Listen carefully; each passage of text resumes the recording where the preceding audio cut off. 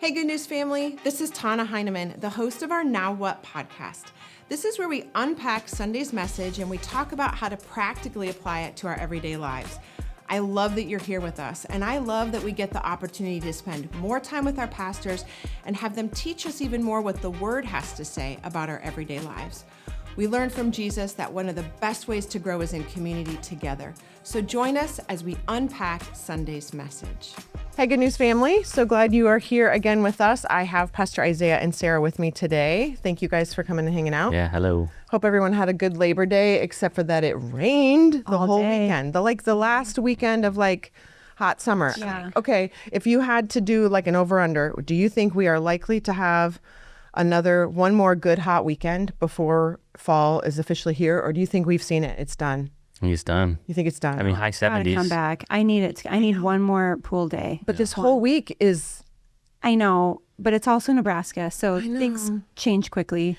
I mean, I put this on today, and I cried a little bit. I mean, it was like, I'm not ready. Do you realize too how I think this week is going to be some mid 70s or something? Mm-hmm. Well, back in April, maybe early May when it was mid 70s, we would have been like, yes, right, short sleeves, shorts, jumping in the pool, whatever. Now we're like, ooh, it's so cold. It's so That's what cold. I'm like. Yeah, it's a problem. It's funny how that happens because, you know, like in March or April when we get some of those days where we're like, it's 62 today, and we're like busting, you know, all Midwesterners are like, I got it.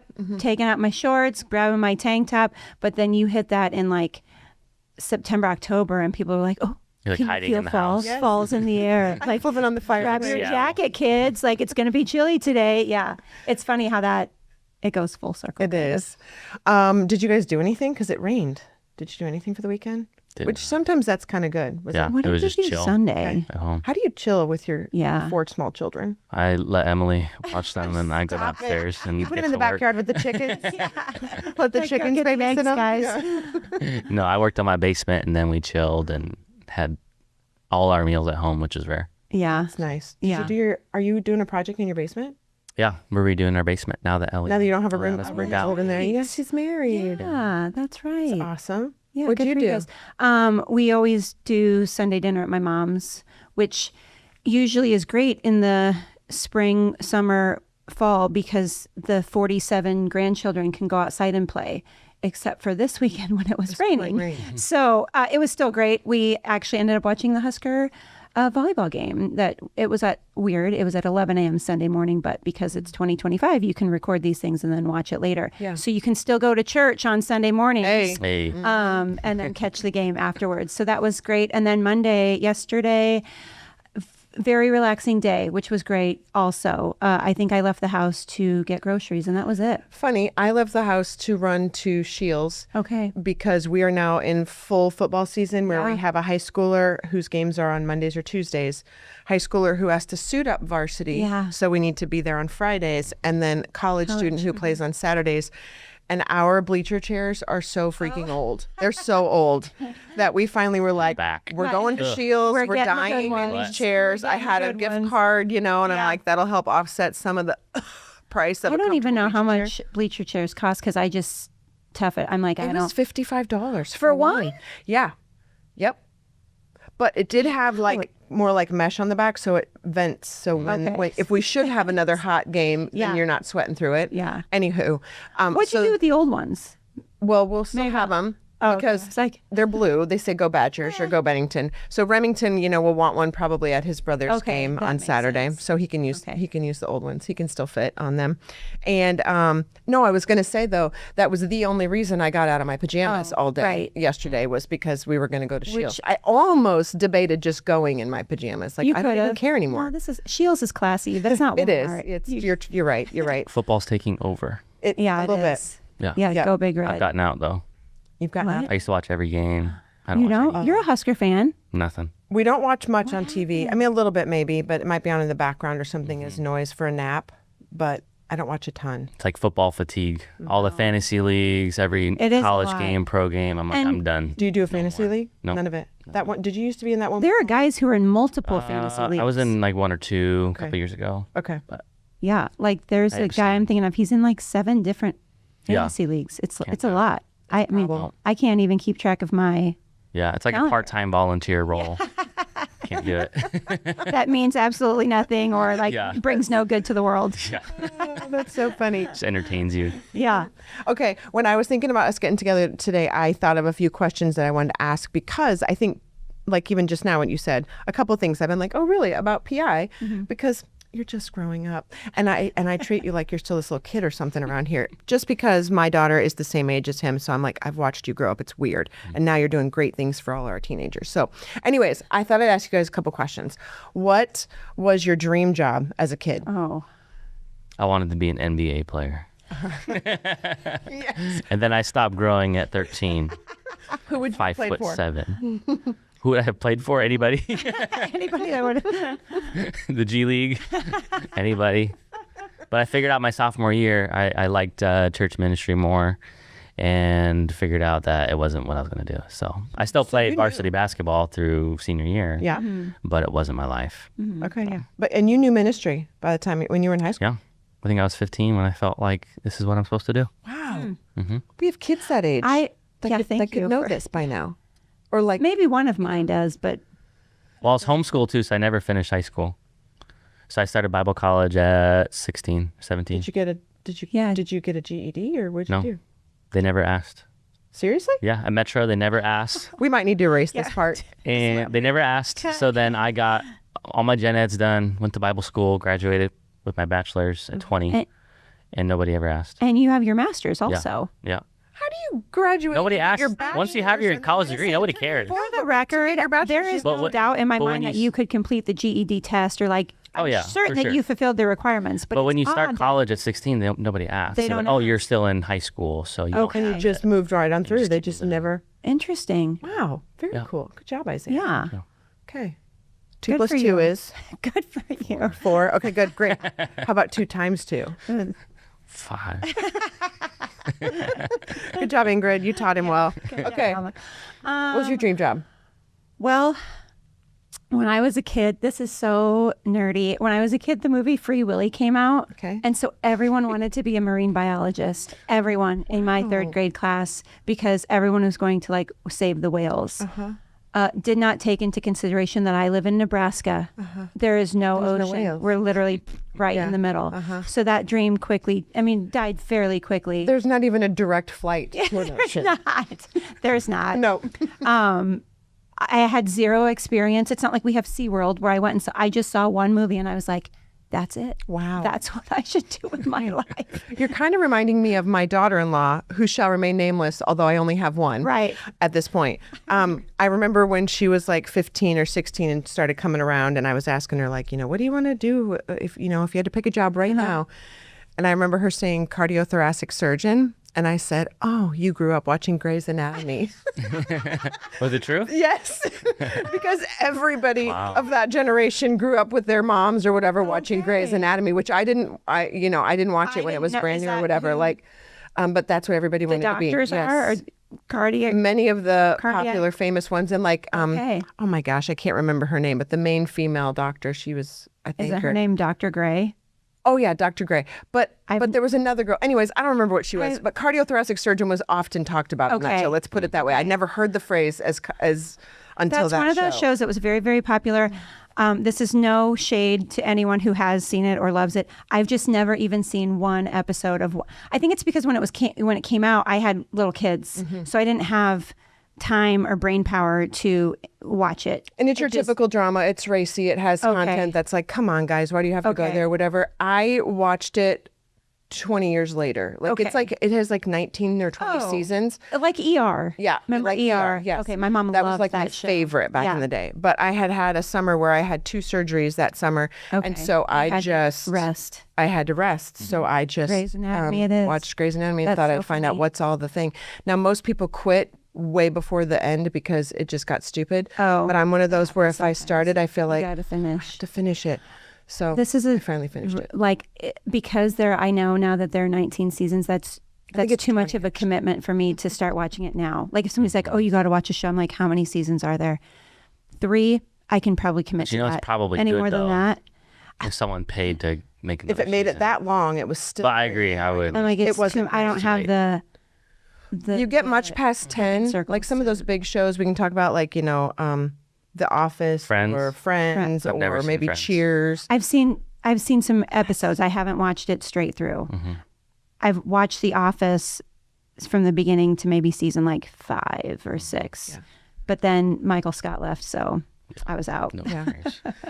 And many of them are just, I'm not advocating you Right. watch any of them. Right. Okay. Yes, Yes. she is. Anyways, No, I'm not. back to my dream job. Back to your dream Messages. job. So when I realized I wasn't going to be a marine biologist, I wanted to be a volleyball coach. Oh, And of course. I've dabbled. Yeah. Like I've coached some high school and some area club teams. Is it too late for you now? It's not too late. It's never too late, Tana. Too late. But it's the priority for this season of my life is different. Yeah. So maybe someday it's not off the table, but Yeah. we'll see. We'll see what happens. Okay, good. All right. Would you rather always be 2 hours early or 20 minutes Oh late? gosh. I found myself wondering how you would answer this question. 2 hours early or 20 minutes late? In the evening, 2 hours early. In the morning, 20 minutes late. Oh, that's a good answer. Once I'm going, I'm going. But it takes me a while to start. So my first thought is 2 hours is a lot of time. It feels very extreme, this Yeah. question. I don't really like it. But I also, if it was like 2 minutes late, I could do that. But 20 is a lot. I feel like that's disrespectful. Some people are always 20 minutes late. I though. know. I know. Well, and I'm usually late. I'm Like our second like service. that late. Oh, yeah. I'm like, where's everybody 20 at? minutes late is 20 minutes in. They show wow. up right after worship. Yep. Okay. What piece of advice would you give to your 18-year-old self regarding money? Ooh. It would probably be open a Roth IRA and start investing now. Interesting. That is Because it interesting. compounds. So Yeah. it's like free money if, everything goes how it's supposed to. But I think we opened it when we were like 29, maybe 28. So I remember my dad telling us when Jake and I got married, I was 20 and he was 22, to save, I think it was, if you save $100 a month or something, by the time you're 40, you're a millionaire, something like that. I remember that. And I was like, yeah, we could totally do that, But then life happens and you're like, oh, now I have these bills to pay for and these kids to feed and a mortgage and blah, blah, blah. So that kind of gets lost. So, and we can get into this as we go on, but I feel like my missteps in finances weren't necessarily because I was making bad decisions. It was because I was ignorant to how to make better decisions. So if I was 18, I would tell myself, start saving. I didn't have, when I was 18, I went to college, I had a scholarship, so I didn't have a lot to pay for.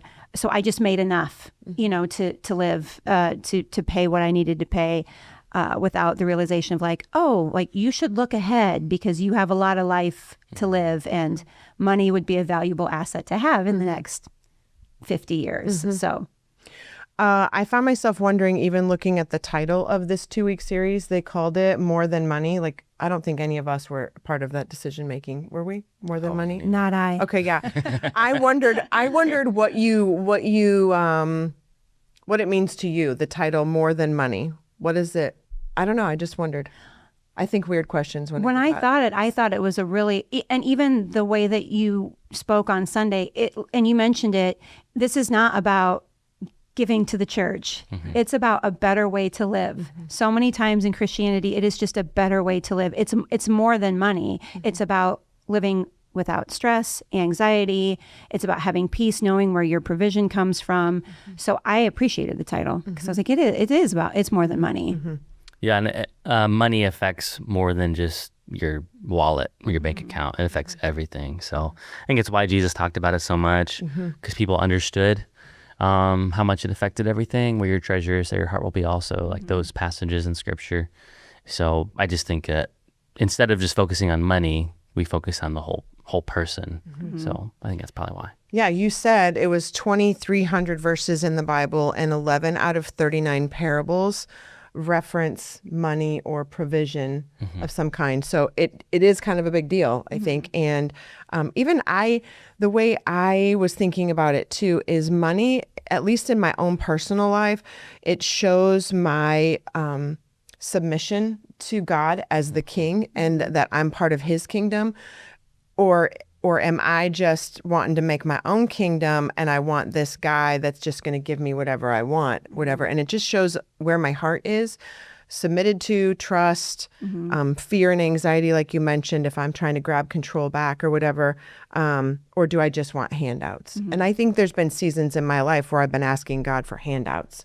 And then there are seasons of life where you learn, no, you are God, so you deserve my trust, Right. and my obedience in the 2,300 verses in the Bible where you've talked about. Because he doesn't need your money. He does not It's need not my about money. it's not No. about money. It's more than money. I mentioned the other day, one of the most how do I say this?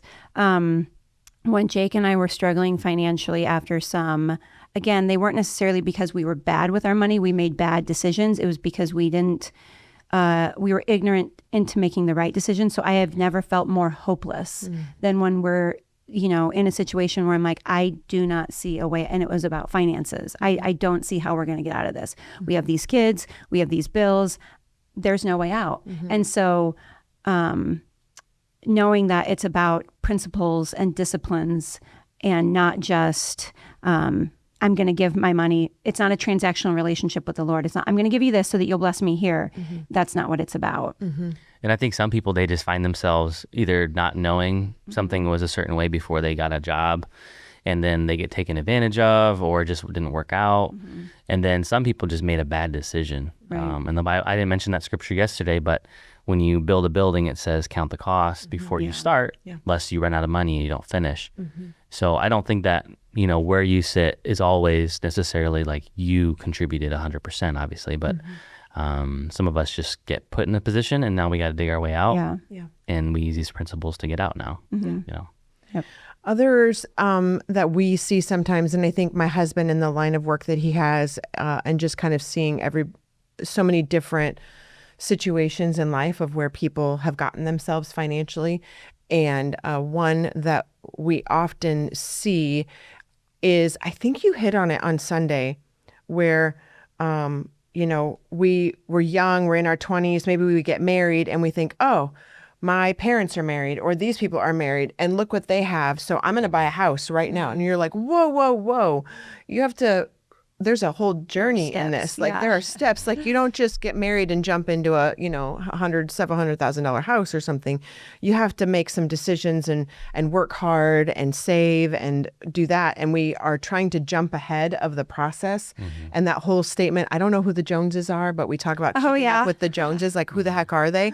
But, an entitlement thing, one of my least favorite words is deserve. You deserve, you've worked hard. You deserve this. And I hate when people say that. It's just not my jam. Like, maybe that's a nicer way of it's not that I'm just like, none of us deserve any of this. It's but by the grace of God. Yeah. And I think we only live and exist because God chose to breathe his life into your body and give you life. So then everything you do is simply because he gave you life. And he did it again today. And he did it yesterday. And there's no promise he'll do it tomorrow, but I think too that is a perspective shift that happens when you as you mature in the Lord and you realize, no, really everything is because of him. And that's not like, I'm like, oh, I work hard. I'm confident of that.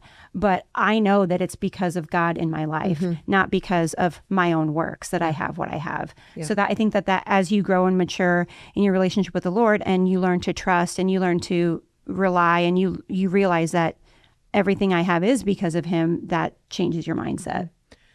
P.I., you might have said some of this on Sunday, but I'm just going to ask you again. So you had your 3 points were stewardship, hard work, and then the last one was like stay out of debt / saves money. How have you lived by those points in your own journey? Because I think of you as on a pastor's salary with a wife and 4 children. And how do you do that? How have you been able to live by those? How do you do it? Because I know we're not paying you a ton. Yeah. Well, speaking of the breath stuff, I was just imagining what God's breath smelled like. And it probably smells pretty good. Okay, that's funny. I was just thinking about that when you said that. Yeah. I was like, God's breathing. What would be a good smell if you're like, God breathed into me, is it banana breath? Nate would probably be like coffee or something, It wouldn't be coffee breath, no. No. It'd be something minty, something fresh. Yeah. But yeah, the three things. And it's weird preaching to an audience of people who are probably millionaires. There's millionaires in our church. There's people who do really, really well. And I'm a 32-year-old telling them what the Bible says, which that's what I'm comfortable with. I'm like, I'm not telling you my advice. I didn't write a book on this, but I'm telling you what God wrote about it. Good. But in the small ways, I think the three things: stewardship, hard work, saving money, and avoiding debt. I think the last one, because we took the FPU class, we were like, definitely don't take out these stupid loans, no student loans, thankfully. We didn't do any car payments until Emily had a situation where she needed to get a car pretty quickly. So she did that. Wasn't the best decision for us, but we ended up making it work because we got a second job. So hard work. I remember we were saving up money for our wedding, and Emily was working at 24 Hour Fitness. She was working at Von Mar, and she was working a full-time job at I think it was Lanahaw Nursery at the time. Wow. Okay. Wow. It might have been the orthopedic hospital, but she was working 3 jobs at one time. And then I was working downtown doing College World Series, Creighton, all those. I managed the parking staff for that. And I couldn't take on any of their jobs because it was like this event's in the morning, this event's in the evening. So that was like a 60 to 80 hour a week job. And at the same time, I wanted to go into ministry, but I was working a parking management job. I employed a lot of the youth at the church and the college students, probably like 10 to 20 at a time. But it was not where I wanted to be. And I think hard work from that point was one summer we were doing VBS. It was like this carnival theme. And I was working with Mickey doing the preaching and stuff. And my boss called me in his office and he's like, I need you to be at work more. And I was like, I'm preaching at VBS. I can't. And he's like, well, you're going to have to think about this, like basically threatening. Yeah, to fire you. And shout out Tyler Carter. But we had it all managed. We had it fine. Everything was going well, but it was College World Series. And it was busiest weeks of the year. So I preached at VBS. Was good. It went well.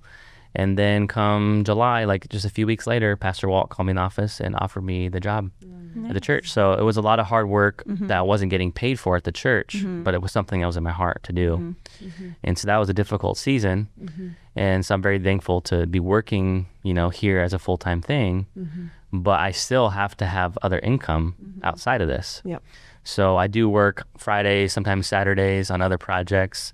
I do like tear outs, mold remediation with Michael Morris. I'm starting a handyman business, like doing side jobs, stuff like that. Did substitute teaching. It's not just this. Normally people will ask me, oh, you're a pastor. Okay, well, what do you do for your real job? And I'm like, well, I actually work here full time. And they're like, oh, that's crazy. That's cool. I wish I could do that. What do you do? And the stewardship, when you don't, I wouldn't say that we don't have a lot, because a pastor's salary is similar to a teacher's salary. And so I think I would be overstating it to say like, oh yeah, we're living like all of our needs are met, praise God. So it's just doing well with what we have. It's really good. Yeah. How about you? How have you lived by these points in your own journey? And I don't know how detailed you want to get, and that you have, several years on him. So you have a longer story. I don't think I could be your mom, maybe like your older sister. So as far as, okay. Number one is the second point that he talked about was hard work. I've never been, I've always had a job. Even when, from the time I was 15, I worked at Runza. Mine was Hy-Vee. Okay. Seafood department. Oh, see, when I started, it was bad.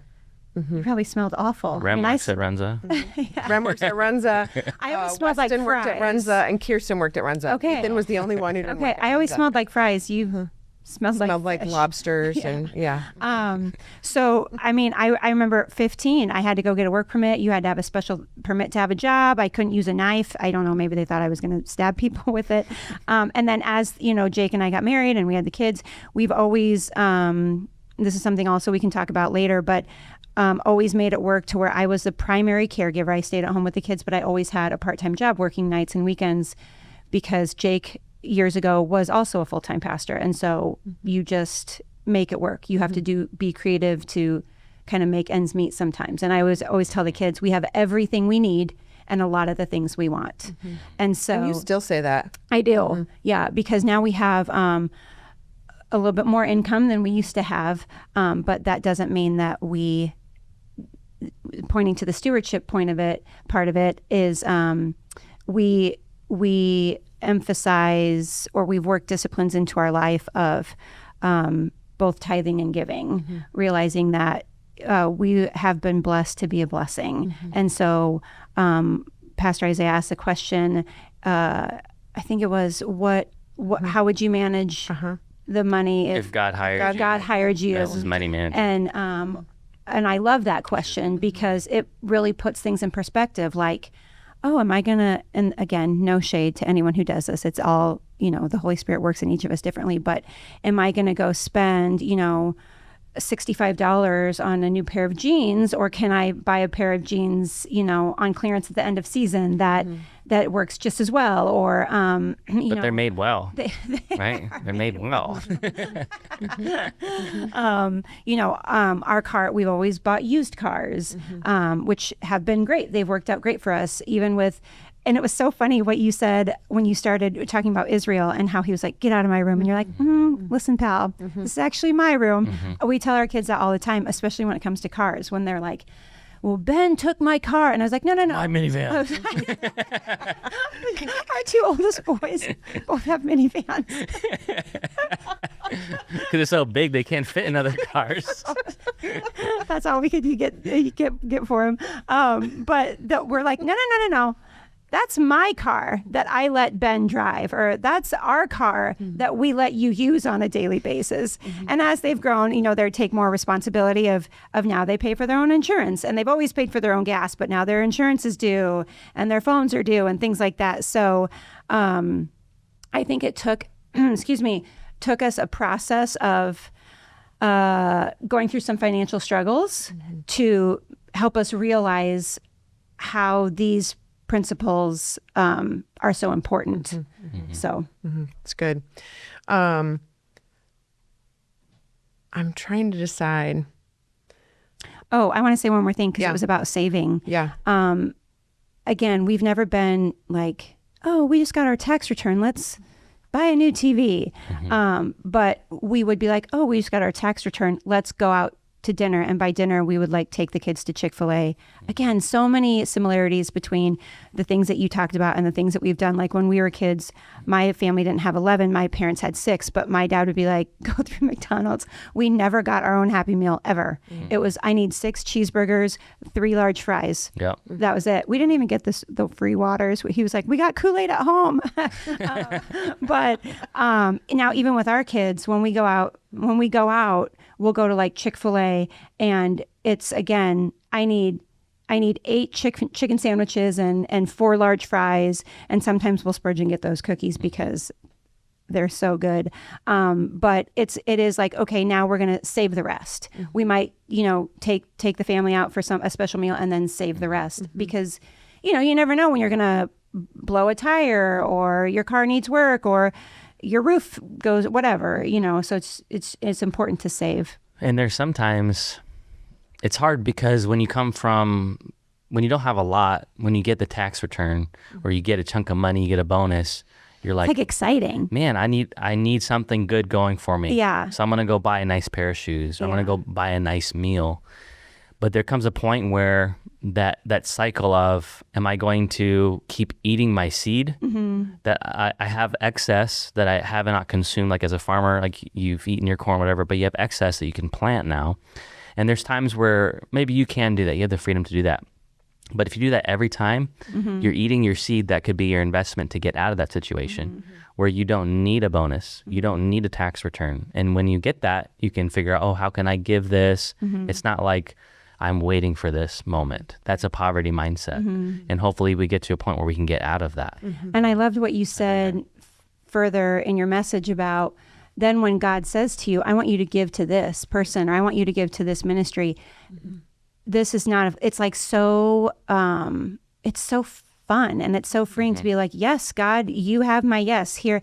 And then to be able to see what God does with that seed. You know, it helps transform people's lives, whether that be in your church or a parachurch ministry or whatever. It's just really fulfilling. I have a couple of deeper questions that I want us to answer. Why does, and you may have kind of hit on it, but I want to specifically ask the question so we hear a direct answer to it. Why does how I spend or make my money matter to my salvation or my walk with Christ? Maybe salvation is. Yeah, I don't. But I don't think it matters to your salvation necessarily. I mean, to be saved, you don't have to be a tither. Right. You don't have to be a generous giver. But out of debt. Yeah, or out of debt. Like there are great Christians who are in debt, who don't tithe, those things like that. But I think eventually as you mature in your faith, God has that part of your heart. And I think it matters because if God has not gotten to that part of your heart, then you're not as mature as you might think. And if money affects everything in our lives and we're holding that back from God, then we haven't given him everything quite yet. And so I know all of us were raised a certain way, and so we may be ignorant of the right things to do, or we might just be ignoring the wise thing to do because we're living for today. But I think once we're aware these are God's principles, a person who lives to please the Lord and worship him will eventually, as they mature, give this area of their life to the Lord. You know, It's good. Yeah, I agree. Just that, you know, we sing songs, you can have it all. And I think that that's what that really means, is that you can have access to every part of my life. And like Pastor Isaiah said, that's a sign of maturity and continuing to walk with the Lord, of the perspective shift of, you know, money is a tool and it's a great tool, but I'm not going to let it control me, and I'm going to let God tell me what to do with it. You mentioned it, that he had asked these two, like what I called powerhouse questions. Nate and I were talking about it over the weekend. If you managed a company's finances like you manage your own, would you hire yourself? That was a good question. I would say no right now in this season. Nate and I were like, "Ooh, yeah, we've gotten a little bit sloppy." Yeah, I've actually. got sloppy too. Yeah, I would say no, but because I got challenged. I was challenged when you talked about, I'm not a great risk taker. So I always identify with the servant who hides the talent, because I'm like, look, I kept it safe. Here it is. I'm not, because of risks that we took early in our marriage with finances, it didn't pan out well. I'm like, nope, here it is. Got it safe and sound. Everything that you gave me is right here. And so that's where I was like, I was challenged by that. That was a really great point too, that you said. It's not like the dude lost it. He took good care of it. And that's But why I've he always didn't identified with trust. him. I always feel like he gets a bad rap, and I understand why. But I'm like, man, I feel like I would do the same thing, because I wouldn't want to be the guy who's like, oh yeah, sorry, I lost all your money. I invested it and I lost it. And I don't think that parable is specifically only about money. Right. That would be an example of, Jesus talks a lot about money, but it's not about money, if that makes sense. Yep. I think this could be even talking just about salvation. Yeah. Like you're saved and you're safe. You didn't walk away, but you didn't take anybody with you. Yeah. So I think it's an overall principle of stewardship of everything that I have, including my salvation, that I share, I give away and invest into the kingdom. You know? I think that you've said the word a couple times, and I think PJ's been talking about it a lot over the last several months too, is the principle is there. The Bible is full of principles. There are some ifs and thens a lot in the Old Testament, especially. If you do this, then this will happen. If you do this, then this. Yeah. There are a ton, covenant talk. There are principles, like Sarah's modern day version of saying it is, if nothing else as a Christian, it's just a better way to live. If you follow these principles, we talked about it, I think, earlier last week, of there are businessmen and people who do not follow Jesus, who follow biblical principles, sowing and reaping, and those kinds of things, have even taken Financial Peace University and follow those principles, and they don't follow Jesus at all, but they know that the principles themselves work. Right. And sometimes some of us are a little bit more either practical minded or they are like dollars and cents. And how I've told the story before, but I remember talking with Nate when we got married. I had learned to tithe, but he hadn't practiced that before, and just how on paper it does not make sense. And there was no way we even had space in a budget to give 10% of that away. Are you crazy? And then some people have been challenged to do 10% on your gross. And so that he would just be like, and so, and that's where we have lived for several years now. And it was just kind of the challenge of, God, if you give it, we'll give it. Like we promise to do whatever you want us to do. We want to learn how to trust you extravagantly, because you keep being faithful. And for me in my life, it was, back when I was single and pregnant. You were talking about working multiple jobs, and Emily working multiple jobs. I can remember I was pregnant, going to college, and working 2 jobs. And that was kind of a lot. I was a little bit tired, a little bit fat and tired. But I gained 40 pounds. I was fat and tired. You said you had a trigger word for me. You said businesses. Pastor Mark. Yeah. Every time Pastor Mark said businesses. But my husband does a lot of work with people and their businesses. But but I do. Those principles do affect businesses and personal life. If we would just, sometimes we need to be willing to just take the step. And that's what I was going to say about Nate. It was like, this doesn't make sense to his accounting mind, but he is seeing it, how it worked for me as a single and a mom. And he has seen how it worked for other people, of God just continues to bless and provide. And I had history of God providing for our family. I think another thing of that is it's the way we define provide, because the provision we had was that my dad worked at a gas station, and the boss allowed him to take home the day-old donuts and sandwiches that they would sell. You see them at QT, and he took those home, and that's what we ate. Like, people say, "Oh, that's not a blessing. That's me." Oh, it's 100%. No, it's a blessing. I don't mean to interrupt you, but I'm laughing because I worked at Starbucks for years, and I would either open the store or close the store because that's times on that. Okay. When you had 8,000 children, I would have to be at the store at 4. So I'm sorry, I had to be there at 4:30. So I'd get up at 3:30, 30 minutes to get awake and out the door. And the only one that was hiring was 25 minutes from my house. So I drove out there, and there were so many times, especially in like January and February, I'm just remembering it. It was so cold, and I didn't have a heat, like a garage that was heated. I had to walk out to the car and warm it up and then walk back in. And I remember driving to the store and thinking, no one should be awake right now. There is no one that should be awake right now. But I would work from 4:30 to 12:30, and then I'd come home, and Jake worked second shift. So he would work from like 1 to 10 or something like that.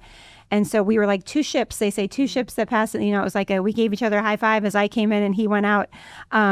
But back to the point of when I would close the store, I'd get home like between 10:30 and 11, and they would give me anything that they were going to throw out. So all the breakfast sandwiches. So there were multiple times that my family had Starbucks breakfast sandwiches for dinner because that's what we had. Yep. That whether it was the bacon, egg, and Gouda sandwich or the the whatever other, the turkey sausage, it was just like, eat it. That's what we're having. Don't like Gouda cheese at 4 years old.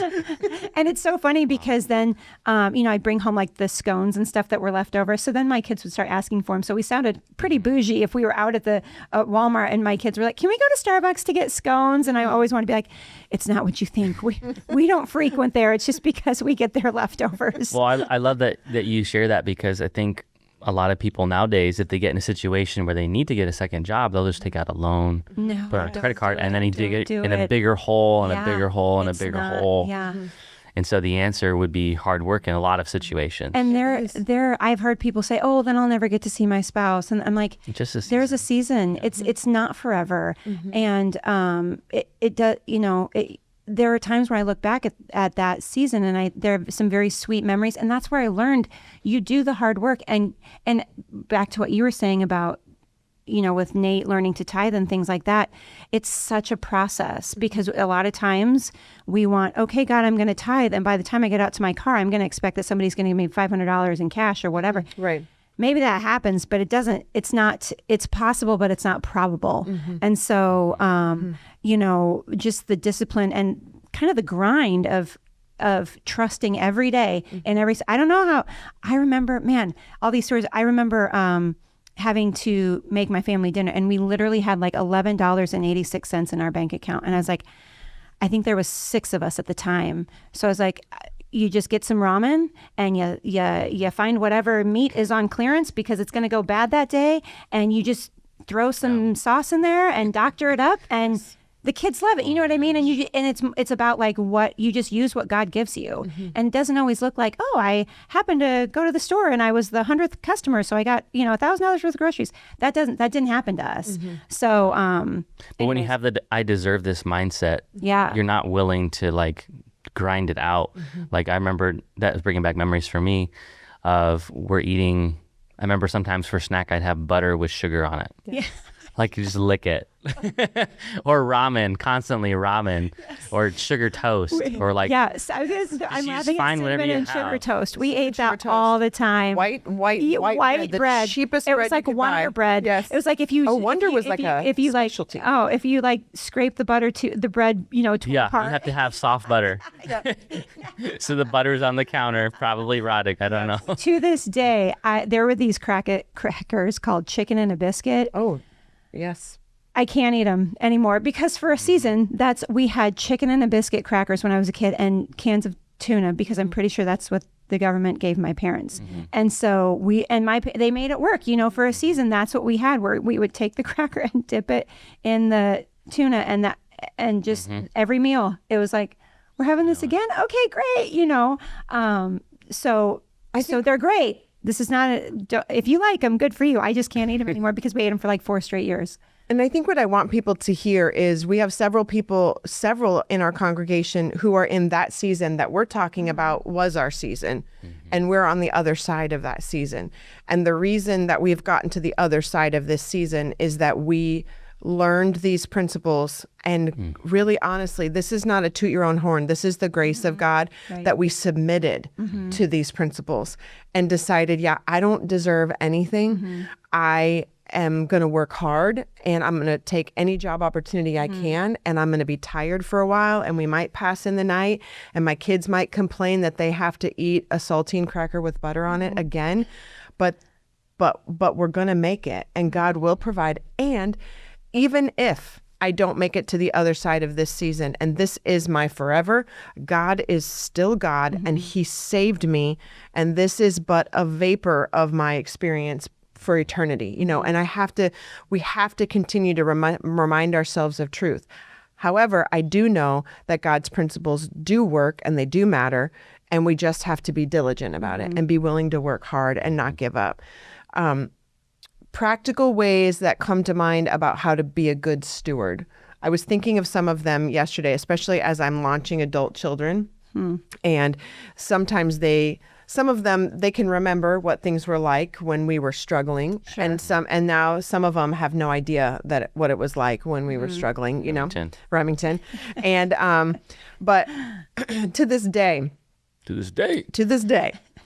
some of the people in my household will complain if I'm serving leftovers, especially if it's like the second or third time. And I'm like, listen, we do not waste food in this house. And then if it's a really bad day, I was raised on gas station leftovers. You will eat what I made. And I say to everyone, I'm like, I'm not wasting food. I'm not going to do it. We will be creative. You will keep eating. If you have to eat the same thing for 4 days, I don't care.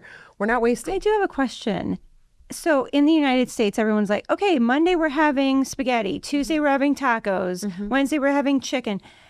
So like if you are a sophomore in China, let's say, do they say we're having burgers tonight, we're having fish tomorrow, or do they feed, you know what I mean? Like I don't know the answer to this question. Do moms in China or plan their meals? Yeah, like, or do they have like we're having dog on Tuesday. We're having cat. Shout out my Asian friends. That's not what I meant. I don't know. But you know, like, or like people in England, do they just eat fish and chips every night, or do they have steak? And do they? I don't know. I don't know. Because I'm like, I remember, you know, the chore of coming up with a menu, and I'm like, do other moms around the world have to struggle like this, or do they just say we're having for some, pot roast every night? For some, the struggle is they live in a country where they don't have a refrigerator and also a deep freeze. Okay, let's so talk they're about having the first they go to world, market every which- day. sorry. They go to market every day and get what they need have for that day. Whatever they have day. is whatever Yes. we're going to eat. Yes. This is a side I think note. I think sorry. other cultures that are, you know, maybe more first world cultures, if that's the right language to say. Sure, I bet you they plan out meals because they have busy schedules too. It If just might you be different are meals than what we from- plan. An industrialized country, like I'm thinking, like let us know. Let us know in the comments. Yeah. To all of our listeners, our international friends. Okay, my other thing would be use marketplace. You should be like 100%. Okay, get this. My daughter is pregnant with her fifth. She's a big marketplace. I know Listen, she knows how. That's become a little bit of a side hustle for her too, because she can buy, like, the last project that really comes to mind was a wooden kids kitchen that the little kids would play with or whatever, and somebody had homemade. It was super cute, whatever, but it had been, you know, had some wear and tear. Yeah. Yep. She buys it, completely repurposes it with she things does. that she can get at the Goodwill, things she can get at the fabric store on sale or Hobby Lobby on sale, upsells it, boom. And that's a way that she gets to use her creativity and help bring in income for the family, because she's now a stay-at-home mom. It wouldn't even make sense for her to go to work at this point because it's going to cost too much. But she was on Marketplace the other day and actually was asking for something. She said she was on a page and was saying, I'm in search of a dresser. My fifth child is coming and I need another dresser. And somebody got on and commented about how if you can't afford your children, then why are you having more children? And that just went on and on. The internet. And what, she and I were talking, and it was like, what I wanted to do was get on there and respond. She can buy a new dresser, but why? That's poor stewardship. Husband is an attorney. She doesn't need to buy a new dresser. She can buy one that's in good shape, and it's actually probably made better than what you could buy now. And it's not like there's a whole nother conversation of like, I don't, like there's an island or a dump filled with clothes. Yeah. Like that, because we, new clothes. And it's like, no, buy them secondhand. Yeah. Anyways. Yes. Cut this adds off to- so that now it looks in style. Yes. Just being creative. Wait to purchase something until you determine if you truly need it. Sit on it for a while. Oftentimes we don't need it, or there's a better alternative that comes along. And that's how we would have a TV in our house. It's how we would have, a kitchen table in our house. We just have to wait. We can eat on a folding table. We can eat on the Or living for room. a large purchase, wait a day. Yeah. Like a car, furniture, like take a day to think about it so you're not all emotional about it, Because sometimes too, like even with a car, emotions, anything is like, what's my motivation in wanting this one? Is there a better option? Okay, my favorite would be if I could drive this, but I don't need to drive that. I don't need to drive that. Especially if you have young kids, you guys, having a pretty car is nice but kids, I say this with all the love in my heart, they just destroy things. They don't care. No, the car's they clean don't. for They'll wipe 3.2 their seconds. boogers all over your leather seats. Yes. They'll spill their sippy cup and be like, "You turn too fast." Right. They don't. They don't care. Right. Those goldfish are going to get ground up into the carpet of Right. whether it's your basement or your car. They do not care. And that's another example of there is a line with, like, buying your car, for example. You don't need to buy a brand new car. You can buy a used car. You need to be wise. Before you even sign on the dotted line, you need to take it to a mechanic that you trust to have them do a full once over. Don't just buy a car when you haven't had it fully inspected.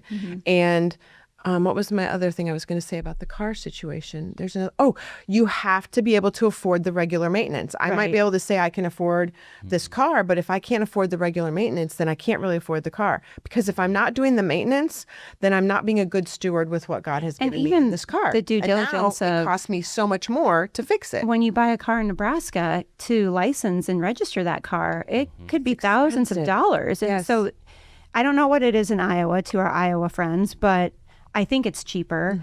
But I mean, knowing that, okay, I'm going to spend $10,000 on this car and it's going to cost me another $1,000 to make it legal. Yeah. Those kind of things. Yeah. Going back to what you were saying about creative ways to bring in income. This isn't for everyone, but it can work. If you are married and you have kids, do what you have to do to not pay for childcare. Childcare is so expensive. And if you and your spouse can work it out to where one of you is always at home with the kids, then you're not paying for childcare and you're bringing in income. So remember that you are not above any job. I was not above working at Starbucks. I've had multiple jobs. I to this day, I still work down at the Hilton, and I prepare a meal, I serve a meal, and I clean up a meal, which is not glamorous in any way, shape, or form. But it helps make ends meet for our family, and there are benefits to it. So it's like just having that mindset of like, I'm going to do what it takes, and I'm going to have creative ways. If you're a stay-at-home mom, another way is open a small in-home daycare in your home. That way you're at home with your kids. There's a lot of tax benefits to being able to write off different things that you use for your small business. And then you're able to bring in that extra income. So there are ways that you can help. If you do find yourself in this situation where you're in debt, there are creative ways to get out. Like Pastor Isaiah was saying, him and Emily got second jobs and cleaning the apartments and stuff like that. And that's just, you kind of have a make it happen mindset. And I say it all the time. Adulting is just finding a new level of exhaustion that you can still function in, that you never knew you could function in. You know, like when our kids are like they're exhausted, you're like, oh, baby doll, you have no idea. Yeah, I think a whole new message, which we don't have time today, is the workaholics too. Yeah, because I was thinking about that as I was sharing. I'm like, man, some of you workaholics will be like, yeah, work but never be home. Yeah, and so that's a whole nother level. Yeah, it is, and that again comes back to our heart condition of what am I working for? What's my level? And Nate and I remember we had a lot of those conversations over the years of, okay, when we need to get a car and we want to pay cash for this car, what are the things that we need in a car, like you used before, and what are the things we want in a car? And he said, tell me the wants. I'm like, okay, I would really like to have leather seats because it's easier to clean up the kids' messes on leather seats. When they spill. Yeah, when they spill. If I could have anything, I would love to have heated seats. And then my top one was, I would love to have a sunroof. Like I wanted that so bad. And we had $5,000 that we could, and Nate was like, okay, maybe we'll see. Those wants are probably not going to be met for $5,000 on a workable car that's going to fit. At that time, we would have needed 2 car seats and then had a, good thing Kirsten was tiny. Yeah. She had to sit in between the 2 car seats or whatever.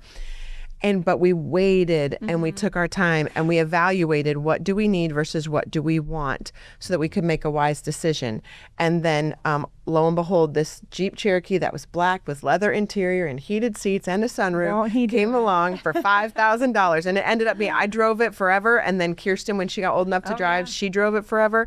And it was also a new degree of submitting my wants versus my needs, but also just trusting God of, I know you're going to provide what we need. And then you went above and beyond. And Pastor Jason will get into it a bit next week, but there's the other side of finances too, of legacy and generosity. And it's not just about how I live with my family. It's what am I doing for the kingdom? And finances are part of that because obviously most of what we do costs more than just our time and energy. But I was also, one of the things that I maybe the Holy Spirit revealed it to me as you were speaking on Sunday is we did those hard things of paying off our debt. And so now I'm able to do what I want to do, what I feel purpose to do, and that's work at the church. Because I, those were some hard times, very lean years of, we're just going to grind it out. We're going to pay this. And on top of that, when you're having babies, it's like, oh, now we got to pay. Oh, now we got to pay off Natalie's bill. Oh, now we got to, there's always something. And felt like we always had a medical bill of some sort, whether that be like from having a baby or, Jonah knocked his head open or whatever. And so we did those hard things then so that I can do this now because it's not a secret that nobody's in ministry for the money, and that's fine. But we don't have to, I don't feel responsible to earn, $4,000 extra a month to help supplement, because we don't have all this debt that we have to pay off on. We didn't buy a brand new car and take on this huge car payment. So I don't have to work a certain level job to pay that off. I can say yes to this because we did those things years ago. That's a really great point. Yeah. So you might be sowing seeds now for what God wants to do in your future, and you don't see it yet, but you're just practicing the disciplines. Yep. There's like so much more we could talk about, but I think we need to wrap up. Is there anything else you would like to add into the conversation, PI, before we wrap up? I just would encourage people to get a financial advisor of some sort, whether that's a wise person you can talk to, or we had Thrivent here on Sunday. Thrivent has free financial advisement appointments you can sign up for. Super helpful to just assess where you're at, what you need to do, because you might need to get a job. You might need to, maybe there's a loophole you didn't know about for like claiming things on your taxes. You can get ahead, paying off debt, figure out how to do that, or Financial Peace University, and sign up for something like that to get you some accountability. And you're going to be sat at a table with people who are going to be probably in a similar situation than you. And so you'll have that motivation to get better. FPU is fun in that way, where you're like, we're all together in this thing and cheering each other on. And we made some of our dearest friends that way, who then we just continue to have a life group together just from being in Financial Peace and going through it a couple times, because it's like you can only get so much at one time. And let's start in the beginning, and then you can go even deeper into investing and how to pay off your house and things like that. But let's start at the beginning. I would just encourage people, don't be ashamed or embarrassed. I mean, just like I mentioned earlier, Jake and I were where we were, not because we necessarily made bad decisions, but just because we didn't know how to make right decisions. And maybe you did make a bad decision because you made an impulse buy or whatever. Okay, we all make mistakes. It's no different than any other misstep in your walk. So don't be embarrassed about it. I think the embarrassment comes from staying there or like deciding not to change. So again, like you guys said, Financial Peace, Thrivent, those are both great. And get somebody who knows how to help you. Yeah. And kind of start this process. So. And it takes some grit. It's hard work, hard decisions, but the payoff on the other side, So where you don't worth it. have the anxiety and the stress, and something just broke down in the car and now we don't have any money to pay for it because we don't have an emergency fund or things like that. It's just freeing. So thanks guys for being here today. Have a wonderful week to our favorite listeners, and we'll chat again next time. Bye. Bye. Thanks again for joining us today. We would love for you to tell others about the podcast. Make sure you subscribe to it too, because this will help others find out about it. If you missed it before, we love to hear from you. So if you have any stories to tell about how the message impacted you, or maybe you have a question or comment, make sure you email us at podcast@goodnews.church. Y'all, this is my favorite day of the week. So go give away what you just learned, and we'll chat again next time.